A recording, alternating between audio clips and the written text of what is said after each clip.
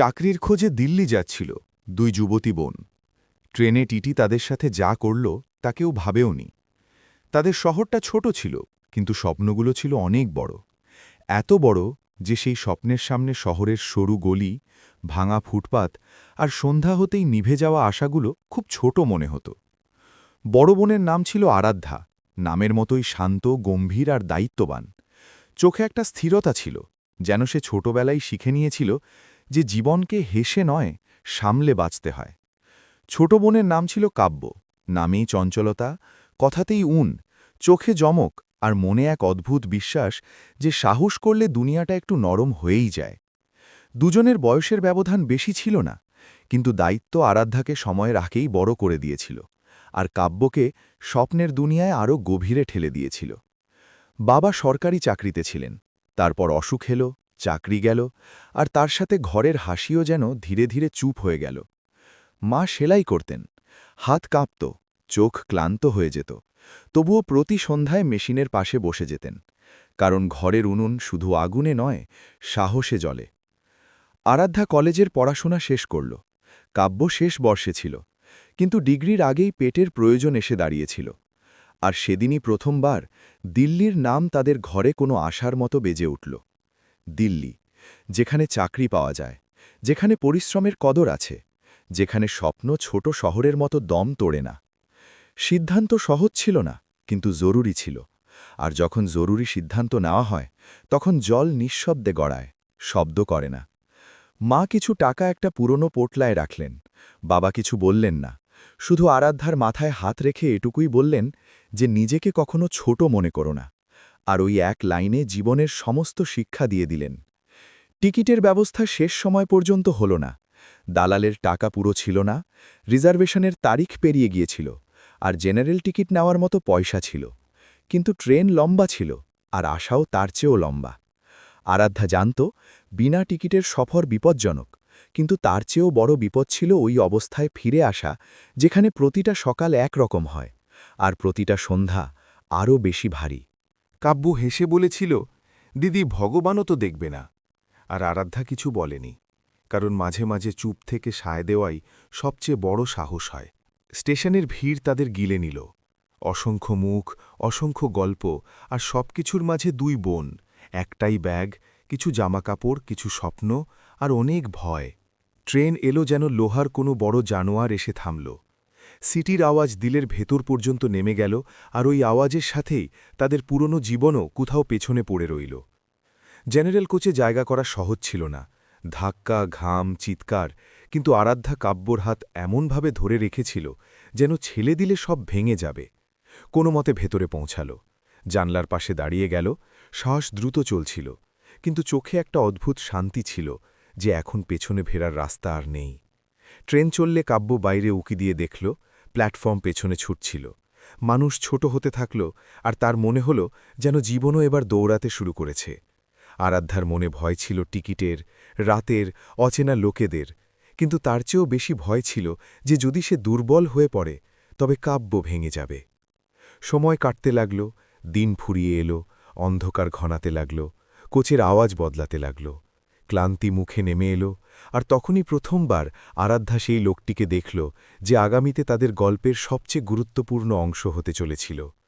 ও টিটিই ছিল, নাম ছিল সমীর কাদাম। মুখে কঠোরতা নয়, বরং একটা স্থিরতা। চোখে ক্লান্তি ছিল, কিন্তু রুক্ষতা নয়। ইউনিফর্ম পরেছিল, কিন্তু মানবতা খুলে আসেনি। সে টিকিট চেক করছিল, এক একটা সিট, এক একটা মুখ, আর যেমন যেমন সে কাছে আসছিল আরাধ্যার বুক ধরভর করতে লাগল। কাব্যর হাত তার হাতে আরও শক্ত হল। টিকিট চাওয়া হলো, আর সেটাই হলো যা হওয়ার ছিল। সত্যি সামনে ছিল, টিকিট ছিল না। কাব্য তাড়াতাড়ি কিছু বলতে চাইল, কিন্তু শব্দ গলায় আটকে গেল। আরাধ্যা নিচু গলায় পুরো কথা বলে দিল, চাকরি, দিল্লি, মজবুরি। আর সেই মজবুরি কোনো অজুহাতের মতো নয়, একটা সত্যির মতো রেখেছিল। স্বামীর মন দিয়ে শুনল, কোনো কথা কাটল না, কোনো খোঁচা মারল না। শুধু এক মুহূর্ত চুপ রইল, যেন অন্য কোনো জীবনকে মেপে দেখছিল। নিয়ম তার জানা ছিল, জরিমানা, নামিয়ে দেওয়া, সব কিছু। কিন্তু সে এটাও জানত যে প্রতিটি বিনা টিকিটের সফর চুরি হয় না, কিছু সফর প্রয়োজন থেকে জন্ম নেয়। সে চারদিকে তাকালো। ভিড় ছিল, শোরগোল ছিল, কিন্তু ওই দুটি মুখে ভয় পরিষ্কার ছিল। আর ওই ভয়ে কোনো চালাকি ছিল না। সে শুধু এইটুকুই বলল, ভয় পেও না। আর ওই দুটো শব্দ কাব্যর জন্য এমন ছিল যেন কেউ অন্ধকারে প্রদীপ জ্বালিয়ে দিয়েছে। সে তাদের ওখানেই দাঁড়িয়ে থাকতে দিল। জরিমানার কথা পরের জন্য পিছিয়ে দিল আর এগিয়ে গেল। কিন্তু যেতে যেতে তার নজর একবার ফের আরাধ্যার উপর থামল। আর ওই নজরে কোনো ভুল অর্থ ছিল না। শুধু একটা মানুষের আরেকটা মানুষকে দেখে নেওয়া ছিল। রাত আরও গভীর হল। ট্রেন নিজের গতিতে ছিল, কিন্তু বন্দের মনে এখন একটু শান্তি ছিল। কারণ প্রথমবার এই সফরে কেউ তাদের মানুষ ভেবেছিল, কেস নয়। কাব্য ধীরে ধীরে ঘুমিয়ে পড়ল। আরাধ্যা জানলা দিয়ে বাইরে অন্ধকার দেখতে থাকল। আর তার মাথায় একটাই প্রশ্ন ঘুরতে থাকল, দিল্লি কি তাদের আপন করে নেবে নাকি গিলে ফেলবে? কোথাও দূরে একটা স্টেশন এলো। ট্রেন থামল, লোক নামল, লোক উঠল। আর সমীর আবার দেখা দিল।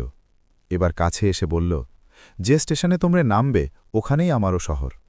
আর এটা বলে চলে গেল, আর কিছু না জুড়ে, কিছু না বুঝিয়ে। আরাধ্যা বুঝতে পারল না যে এটা নিছকই কাকতালীয় নাকি ভাগ্যের কোনো হালকা দস্তখত। কিন্তু মনের কোনো কোণে প্রথমবার তার মনে হল হয়তো এই সফর শুধু চাকরি পর্যন্ত সীমাবদ্ধ থাকবে না। ট্রেন আবার চলল। চাকাগুলো লাইনের সাথে কথা বলতে লাগল। আর ওই শব্দে দুই বোনের জীবন এক নতুন অধ্যায়ের দিকে এগোতে লাগল। অচেনা শহর, অচেনা লোক, অচেনা লড়াই তাদের অপেক্ষা করছিল। কিন্তু সাথেই কোথাও না কোথাও একটা আপন ভাবও জন্ম নিয়েছিল, যার নাম এখনও কেউ নেয়নি, কিন্তু যার উপস্থিতি অনুভব হতে শুরু করেছিল। আর এটাই ছিল সেই সফরের আসল শুরু। ট্রেন রাতের অন্ধকার চিরে এগিয়ে চলছিল, আর ওই অন্ধকারের ভেতর প্রতীকী বগিতে আলাদা আলাদা রকমের জীবন শ্বাস নিচ্ছিল। কেউ নিজের বাড়ি ফিরছিল, কেউ কাউকে ছেড়ে যাচ্ছিল, কেউ প্রথমবার স্বপ্নের শহরের দিকে এগোচ্ছিল। আর তাদেরই মাঝে আরাধ্যা আর কাব্য দাঁড়িয়েছিল, সিট ছাড়া, সাহারা ছাড়া, কিন্তু একে অপরের সাথে থাকার শক্তিতে পূর্ণ হয়ে। কাব্যর ঘুম বারবার ভেঙে যাচ্ছিল, কখনো ট্রেনের ঝটকা লেগে, কখনো কোনো অচেনা আওয়াজে। আর প্রতিবার তার আঙুলগুলো অজান্তেই আরাধ্যার হাতের মুঠোয় আরও গভীরভাবে গুটিয়ে যাচ্ছিল, যেন এটা বিশ্বাস করতে চাইছিল যে যদি হাত ধরা থাকে তবে ভয় কিছুটা কমে যাবে। আরাধ্যা বাইরের দিকে তাকিয়ে থাকত। জানলার ওপারে ছুটতে থাকা অন্ধকার জমি, দূর দূর পর্যন্ত ছড়ানো ক্ষেত, কখনো কখনো জ্বলে ওঠা কোনো বস্তি। আর তার মনে বারবার এই প্রশ্নই উঠত যে সে ঠিক করছে কিনা, কাব্যকে এই অনিশ্চিত সফরে আনা ঠিক ছিল কিনা। কিন্তু পরমুহূর্তেই তার নিজের বাবার সেই চুপচাপ দৃষ্টি মনে পড়ত, যাতে আশা লুকিয়েছিল। আর সে নিজেকে বুঝিয়ে নিত যে ভয়ের সামনে থেমে যাওয়াও তো এক ধরনের হারই হয়। কিছুক্ষণ পর ট্রেনে কোলাহল কম হতে লাগল। লোক নিজের নিজের কোণে গুটিয়ে গেল। কেউ সিটে পা ছড়িয়ে ঘুমিয়ে পড়ল, কেউ মালপত্রের সাহারা নিয়ে টিকে গেল। আর ওই নিস্তব্ধতায় আবার পায়ের পরিচিত শব্দ শোনা গেল, সেই সংযত চাল, সেই স্থিরতা। সমীর আবার কোচে এলো। এবার তার হাতে রেজিস্টার ছিল না, শুধু একটা ছোট টর্চ ছিল, যা দিয়ে সে মাঝে মাঝে অন্ধকার কোণগুলোতে আলো ফেলে নিচ্ছিল। সে দুই বোনকে আবার দেখল, ওভাবেই দাঁড়িয়ে থাকা, ক্লান্ত কিন্তু নিজেকে সামলে রাখা। আর এবার সে সোজা কোনো প্রশ্ন করল না, শুধু কাছে এসে নিচু গলায় বলল যে যদি ক্লান্ত হয়ে থাকো তবে কোচের শেষে একটু জায়গা খালি আছে, সেখানে বসতে পারো। তার গলার স্বরে না হুকুম ছিল, না লোক দেখানো ভাব, শুধু একটা সাধারণ পরামর্শ। আর হয়তো এই সাধারণ ভাবটাই আরাধ্যাকে ভেতর পর্যন্ত ছুঁয়ে গেল। কাব্য স্বস্তির নিঃশ্বাস ফেলল, যেন কেউ অদৃশ্য বোঝা নামিয়ে দিয়েছে। আর দুজনে ধীরে ধীরে সেই দিকে এগোল। সেখানে মেঝেতে বসা আরামদায়ক তো ছিল না, কিন্তু দাঁড়িয়ে থাকার চেয়ে অনেক ভালো ছিল। আর সবচেয়ে বড় কথা এটা ছিল যে কেউ তাদের সেখান থেকে সরাল না। ট্রেনের গতির সাথে সাথে কথাও ধীরে ধীরে খুলতে লাগল। কাব্য সাহস করে সমীরকে জিজ্ঞেস করেই ফিরল যে সে কত দূর যাচ্ছে। আর যখন সে হেসে নিজের শহরের নাম নিল, সেই নাম যেখানে তাদের নামতে হতো, তখন আরাধ্যার অদ্ভুত এক সংযোগ মনে হল, যেন জীবন জেনে বুঝে দুটো রাস্তাকে এক বিন্দুতে এনে জুড়ে দিয়েছে। সমীর বেশি কিছু বলল না, শুধু এতটুকু জানালো যে সে বছর ধরে এই রুটে আছে, সে অনেক কিছু দেখেছে, অনেক রকমের মানুষ। আর হয়তো এই কারণেই তার চোখে একটা স্থিরতা ছিল, কোনো তাড়াহুড়োয় কাউকে বিচার করে ফেলার দৃষ্টি ছিল না। কথামাত্রা লম্বা ছিল না, কিন্তু তাতে আপন ভাব ছিল। এমন আপন ভাব যা বিনা প্রশ্নে ভরসা জাগিয়ে দেয়। আর এই ভরসাই কাব্যর মুখে সামান্য হাসি নিয়ে এলো, সেই হাসি যা সফরের শুরু থেকে কোথাও হারিয়ে গিয়েছিল। রাত আরও গভীর হল, বাইরে সব কিছু কালো ছিল। ভেতরে হলুদ আলোয় মুখগুলো অর্ধেক দেখা যাচ্ছিল, অর্ধেক লুকিয়ে যাচ্ছিল। আর ওই আধো আলোয় আরাধ্যা প্রথমবার সমীরকে ঠিক মতো দেখতে পেল। তার মুখে ক্লান্তি নিশ্চয়ই ছিল, কিন্তু কঠোরতা নয়। তার চোখে নিয়মের বোঝা ছিল, কিন্তু মানবতা তার চেয়েও অনেক ভারী ছিল। আর এসব বিনা কোনো শব্দে, শুধু এক নজরেই বোঝা যাচ্ছিল। কিছুক্ষণ পর সমীর তাদের জলের বোতল দিল, বলল স্টেশন থেকে নিয়েছে। আর এই ছোট্ট জিনিসটা আরাধ্যার কাছে কোনো বড় উপকারের চেয়ে কম মনে হল না, কারণ অচেনা শহরের দিকে যেতে যেতে মানুষ সবার আগে আপনজনই খোঁজে। কাব্য মাসুমভাবে জিজ্ঞেস করে নিল যে যদি টিকিট না থাকে তবে সামনে কি হবে। আর ওই প্রশ্নে ভয়ও ছিল, আশাও। সমীর কোনো সোজা জবাব দিল না, শুধু এতটুকু বলল যে সব সমস্যার সমাধান এক রকম হয় না, আর সব নিয়মের ব্যবহার সাজা দেওয়ার জন্য করা হয় না। কখনো কখনো নিয়ম মানুষকে পথ দেখানোর জন্যেও হয়। ট্রেন যখন তাদের স্টেশনের কাছে পৌঁছাতে লাগল, তখন আরাধ্যার বুক আবার জোরে ধরফর করতে লাগল। অচেনা শহর, অচেনা সকাল, আর একটা নতুন লড়াই সামনে দাঁড়িয়েছিল। কিন্তু এবার সে পুরোপুরি একা অনুভব করছিল না। স্টেশন এলো, ট্রেন থামল, ভিড় আবার জেগে উঠল, লোক নামতে লাগল। আর সমীর ইশারায় জানালো যে এটাই তাদের স্টেশন।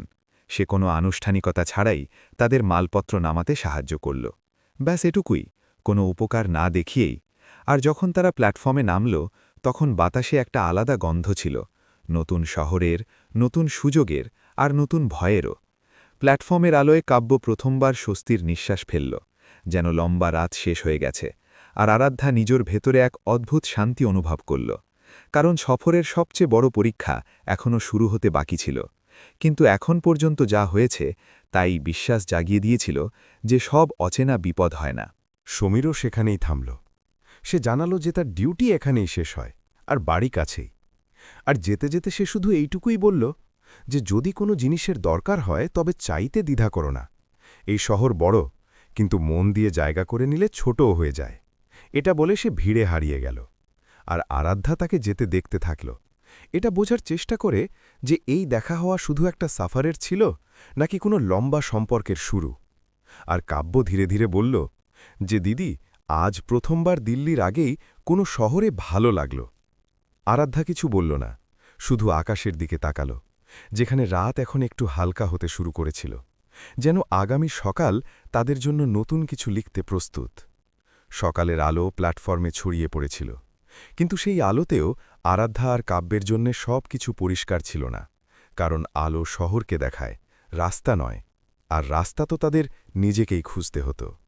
স্টেশনের বাইরে পা রাখতেই দিল্লির আগের সেই শহর নিজের পুরো ভিড় আর রুক্ষতা নিয়ে সামনে চলে এলো। অটোওয়ালাদের আওয়াজ, চায়ের ভাপ, খবরের কাগজের শিরোনাম, ছুটন্ত মুখ, সব কিছু চলমান, কিন্তু কারোর কাছে থামার সময় নেই। কাব্য চারদিকে তাকাল, তার চোখে কৌতূহল ছিল, কিন্তু তার ভেতরের ক্লান্তিও এবার ফুটে উঠতে শুরু করেছিল। সারা রাতের জাগা, দাঁড়িয়ে থাকার ব্যথা আর মনে জমা ভয় সব একসঙ্গে মাথাচাড়া দিয়ে উঠছিল। আরাধ্যা ব্যাগের স্ট্র্যাপ ঠিক করল, যেন নিজেকে মনে করিয়ে দিচ্ছে যে এখন ঢিল দেওয়া যাবে না। আর তখনই তার সমীরের গলার স্বর মনে পড়ল, যদি কোনো জিনিসের দরকার হয়। আর প্রথমবার তার এই খেয়াল এলো যে হয়তো এই শহরে কেউ আছে যে তাদের পুরোপুরি অচেনা মনে করে না। তারা প্রথমে একটা সস্তা ধর্মশালা খুঁজল, যেখানে ঘরের চেয়ে বেশি সমঝোতা পাওয়া যায়। দেওয়ালগুলো পাতলা ছিল, জানলা দিয়ে আসা বাতাসে ধুলো ছিল, কিন্তু এতটুকু যথেষ্ট ছিল যে মাথা গোজার জায়গা পাওয়া গেল।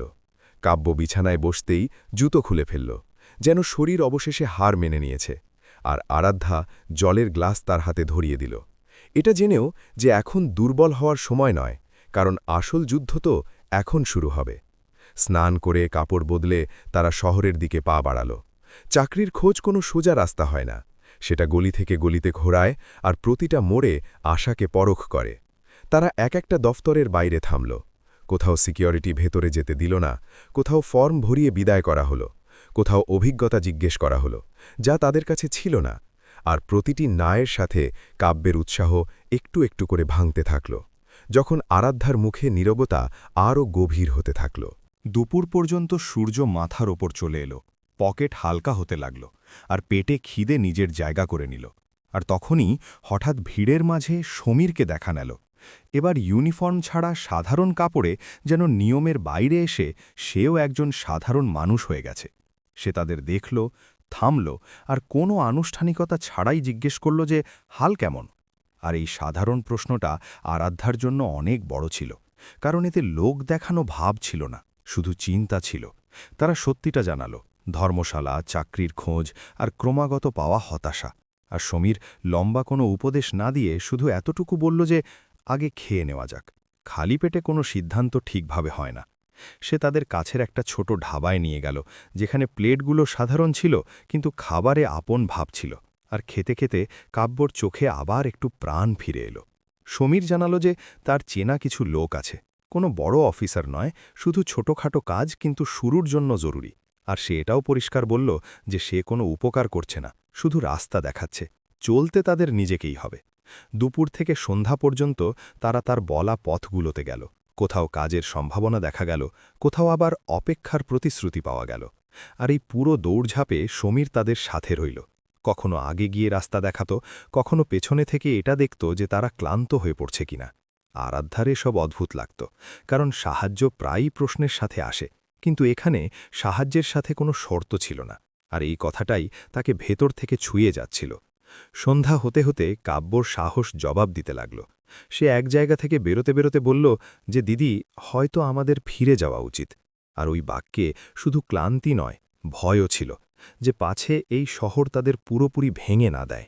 আরাধ্যা পিছু বলার আগেই সমীর থামিয়ে দিয়ে বলল যে হার মানার সিদ্ধান্ত সবচেয়ে সহজ হয়, কিন্তু সব সহজ সিদ্ধান্ত ঠিক হয় না।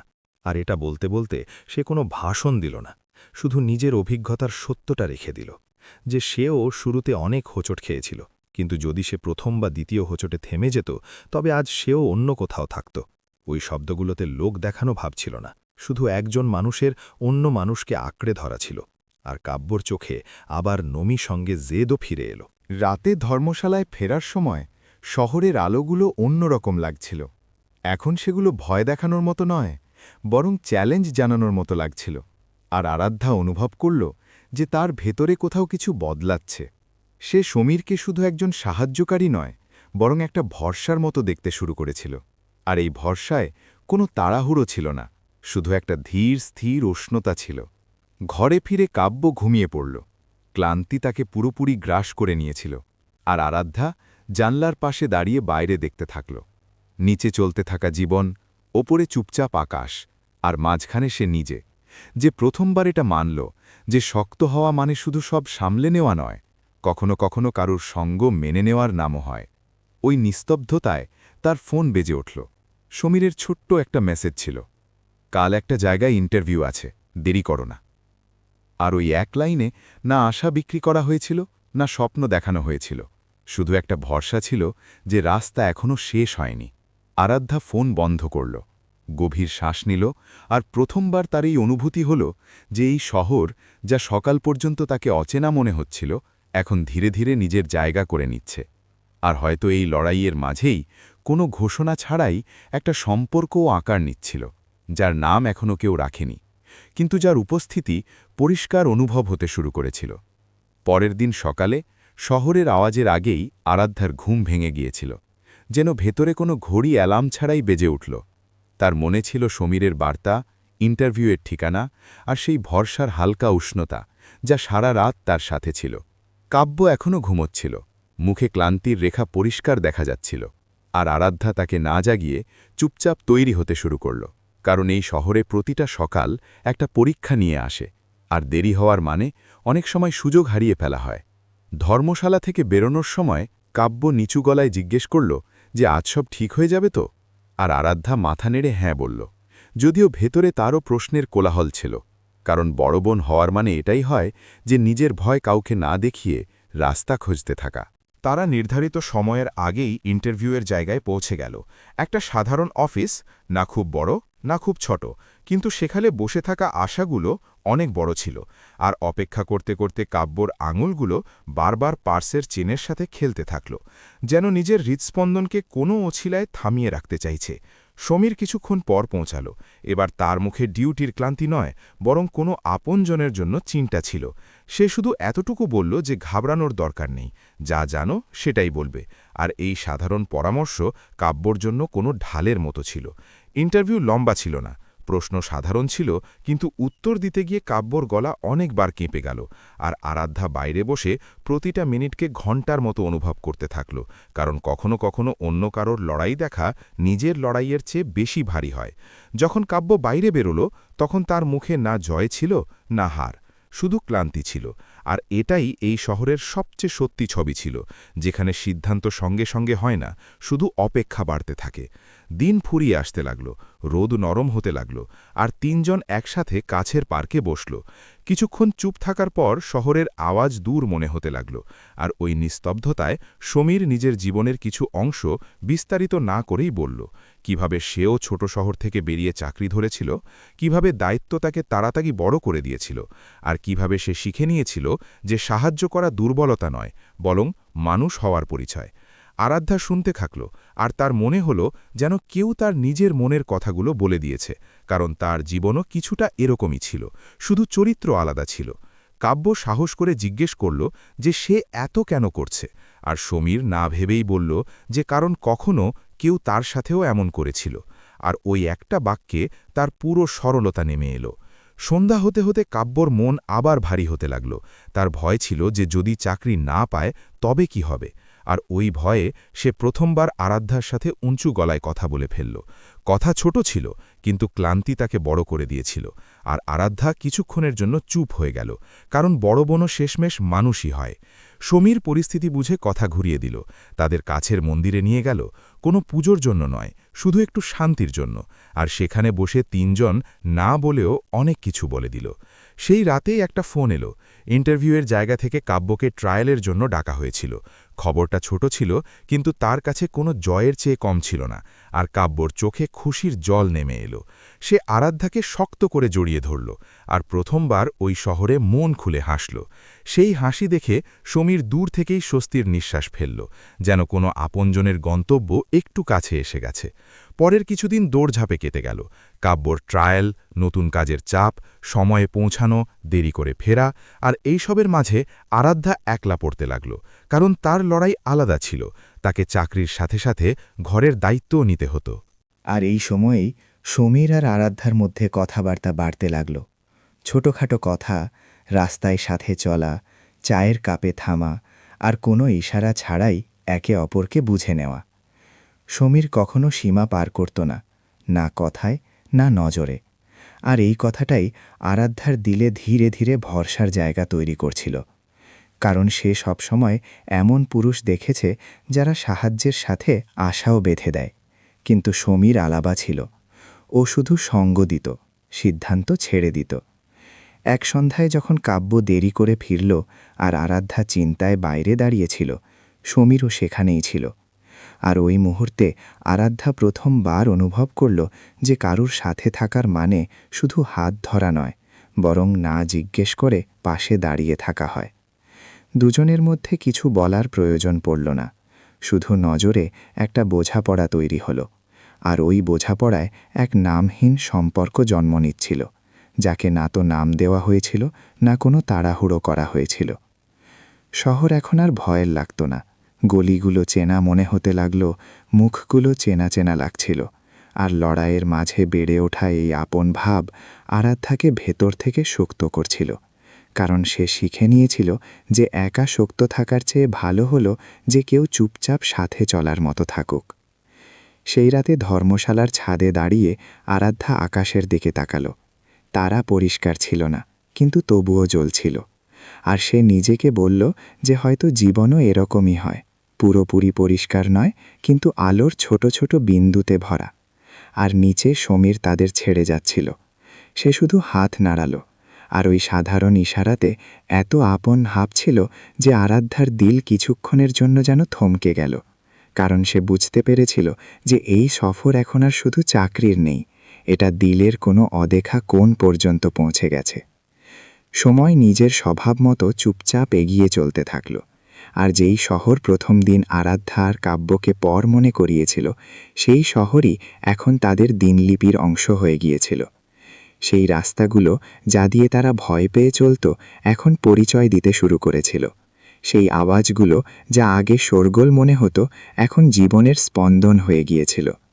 কাব্যর কাজ ধীরে ধীরে পাকা হয়ে গিয়েছিল। তার চোখে এখন ক্লান্তির সাথে আত্মবিশ্বাসও ছিল।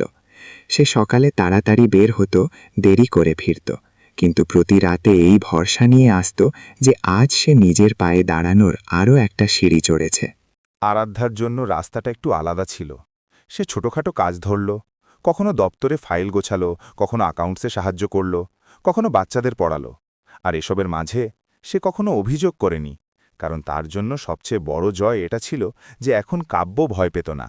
সমীর এখন তাদের জীবনে কোনো বাইরের লোকের মতো আসা যাওয়া করত না। সে প্রতিটি জরুরি মোড়ে উপস্থিত থাকত, কখনো পরামর্শের রূপে, কখনো চুপচাপ সাথে চলার মতো করে, আর কখনো শুধু এটা জিজ্ঞেস করে নেওয়াতে যে আজকের দিন কেমন কাটল। আরাধ্যা অনেকবার নিজেকে জিজ্ঞেস করেছে যে এটা কি যা সে অনুভব করছে, কারণ এটা হঠাৎ হওয়া ভালোবাসা ছিল না, এটা কোনো ফিল্মি আকর্ষণ ছিল না, এটা তো সেই ভরসার মতো ছিল যা ধীরে ধীরে তৈরি হয়, রোজকার ছোট ছোট মুহূর্ত দিয়ে, কোনো শোরগোল ছাড়া, কোনো ঘোষণা ছাড়া। এক সন্ধ্যায় যখন তিনজন একসাথে বসেছিল, কাব্য মজা করে বলল যে দিদি, এখন তো এই শহর নিজের মনে হতে শুরু করেছে। আর আরাধ্যা হেসে হ্যাঁ বলল, কিন্তু তার নজর অজান্তেই সমীরের উপর আটকে গেল। আর ওই মুহূর্তেই সে বুঝতে পারল যে শহর বদলায়নি, তার মন বদলেছে। সমীরও এই পরিবর্তন অনুভব করত, কিন্তু সে কখনো তাড়াহুড়ো করেনি, কারণ সে জানত যে আরাধ্যার জীবনে ভরসা ধীরে আসে আর তাড়াতাড়ি ভেঙেও যেতে পারে। আর সে তাকে ভয় দেখিয়ে নয়, আগলে রেখে নিজের সাথে রাখতে চেয়েছিল। দিনগুলোর মাঝে একদিন এমনও এলো যখন আরাধ্যা প্রথমবার নিজের বাবার শরীর খারাপ নিয়ে চিন্তার খবর পেল। পুরনো শহর থেকে আসা ওই ফোন কল তাকে ভেতর পর্যন্ত নাড়িয়ে দিল। আর সেই রাতে সে ভেঙে পড়ে কাঁদল, প্রথমবার কারো সামনে। আর সে অন্য কেউ নয়, সমীর ছিল, যে বিনা এক শব্দে তার কান্না শুনল, কোনো প্রশ্ন ছাড়াই তার চোখের জল মেনে নিল। আর ওই নীরবতায় আরাধ্যা প্রথমবার নিজের দিলের বোঝা হালকা অনুভব করল। সেই রাতেই সে বুঝে নিল যে এই মানুষটি তার জীবনে শুধু সাহারা নয়, সাথী হওয়ার ক্ষমতা রাখে। কিছুদিন পর সমীর কাব্যর সাথে একান্তে কথা বলল, কোনো গোপন কথা হিসেবে নয়, বরং একটা দায়িত্ব হিসেবে সে পরিষ্কার বলল যে সে আরাধ্যাকে সম্মান করে, আর যদি কখনো তার মনে হয় যে সে তার জন্য সঠিক নয়, তবে সে নিজেই সরে যাবে।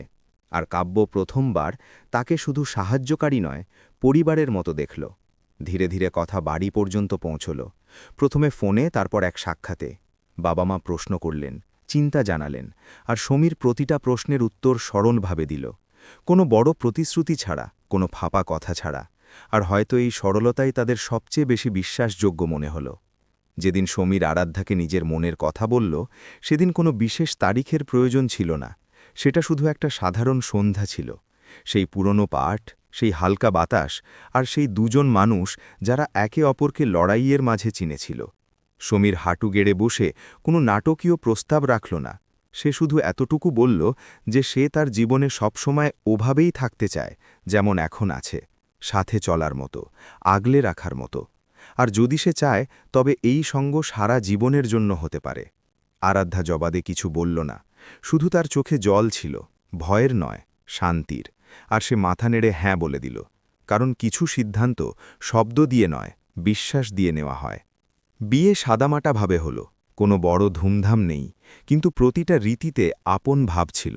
কাব্যর চোখে খুশি ছিল, বাবা মায়ের মুখে সন্তোষ, আর সমীর আর আরাধ্যার মাঝে সেই শান্তি যা শুধু সঠিক সিদ্ধান্ত থেকে আসে। দিল্লি এখনও দূরে ছিল, স্বপ্ন এখনও বাকি ছিল, কিন্তু এখন সফর একা ছিল না। আর এটাই সবচেয়ে বড় কথা ছিল। যখন আরাধ্যা বিয়ের পর প্রথমবার সেই স্টেশনে পা রাখল যেখানে কখনো সে ভয় আর আশার মাঝে দাঁড়িয়েছিল, সে হেসে পেছনে তাকাল। সমীর তার সাথে ছিল, আর কাব্য এগিয়ে যাচ্ছিল। আর ওই মুহূর্তে সে বুঝতে পারল যে জীবন কখনো এক রাস্তায় চলে না, সেটা সম্পর্কের সাথে চলে। ওই ট্রেনের সফর তাদের শুধু চাকরির খোঁজে বের করেনি, সেটা তাদের একে অপরের কাছে পৌঁছে দিয়েছিল। আর হয়তো এটাই সেই সফরের সবচেয়ে বড় গন্তব্য ছিল, কারণ কিছু যাত্রা গন্তব্যে শেষ হয় না, সেগুলো সেখান থেকেই শুরু হয় যেখানে মানুষ নিজের ঘর পেয়ে যায়। তো বন্ধুরা, এই ছিল আমাদের আজকের গল্প। আপনাদের এই গল্প কেমন লাগলো আমাদের কমেন্ট করে অবশ্যই জানান। অনুরাধার ব্যাপারে আপনাদের কী রায় কমেন্ট লিখে অবশ্যই জানান। যদি গল্পটা আপনাদের একটুও ভালো লেগে থাকে তবে ভিডিওটিকে একটা লাইক করে আমাদের চ্যানেলকে সাবস্ক্রাইব করে নিন। দেখা হবে আবার একটি নতুন এবং ইন্টারেস্টিং গল্পের সাথে। ততক্ষণ পর্যন্ত ধন্যবাদ। জয় হিন্দ, জয় ভারত।